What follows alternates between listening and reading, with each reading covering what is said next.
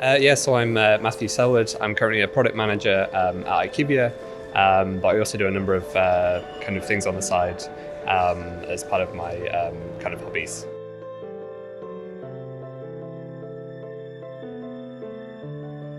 So this mainly comes into my hobby area, which is my kind of chemistry stuff. And so what I'm doing is in chemistry, molecules are actually graphs in themselves.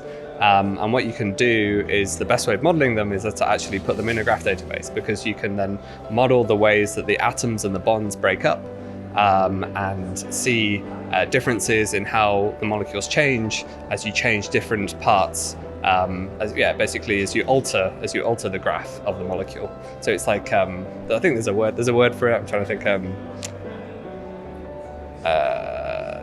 Like graph mutation. We're looking at how, when we mutate the graph, what properties of the molecule changes, and so that is best put into an Neo4j database, because we can then start to explore those interactions. We can look at things like when I take this atom off, what happens to this property of the molecule. And this is particularly useful in things like drug discovery, where you're looking for things of like, you want to improve the solubility of your molecule, because what you want is, when you take your drug, for it to be able to be dissolved within your stomach fluid, so it gets like naturally distributed throughout your body, and so it needs to be aqueous soluble.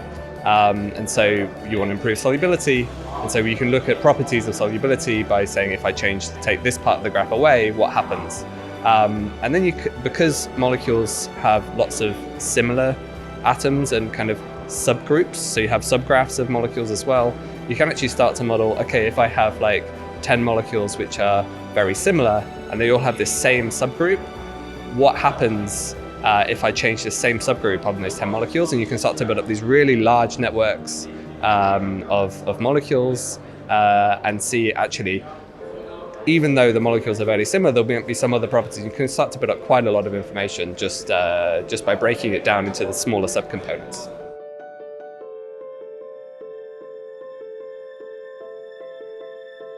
People used to solve this problem.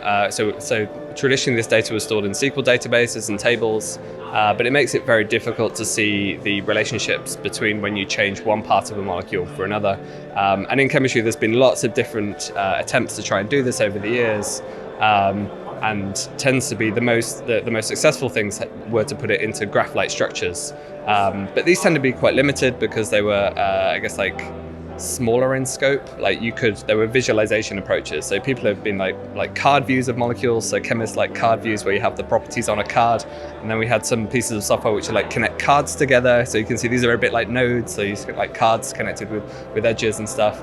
But this doesn't scale very well because the data structures underneath that were still based on SQL, right? So now you can put all this data into a graph, and you can start to build those visualizations up a lot quicker.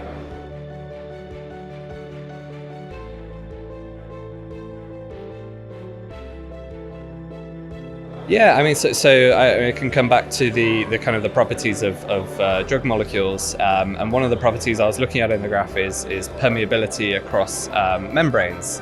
So you need your drug molecule to be able to get into your cells, as well as to be able to be just so.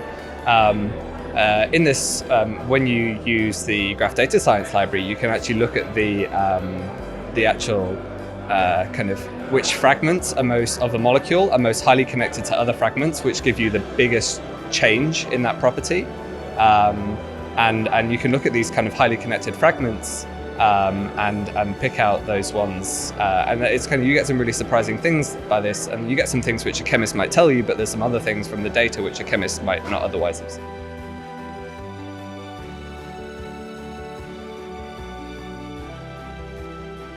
I would say just give it a go and put it in. Maybe have a think about the schema before you use it. I think the schema is like one of so how you represent the data in the graph for your use case.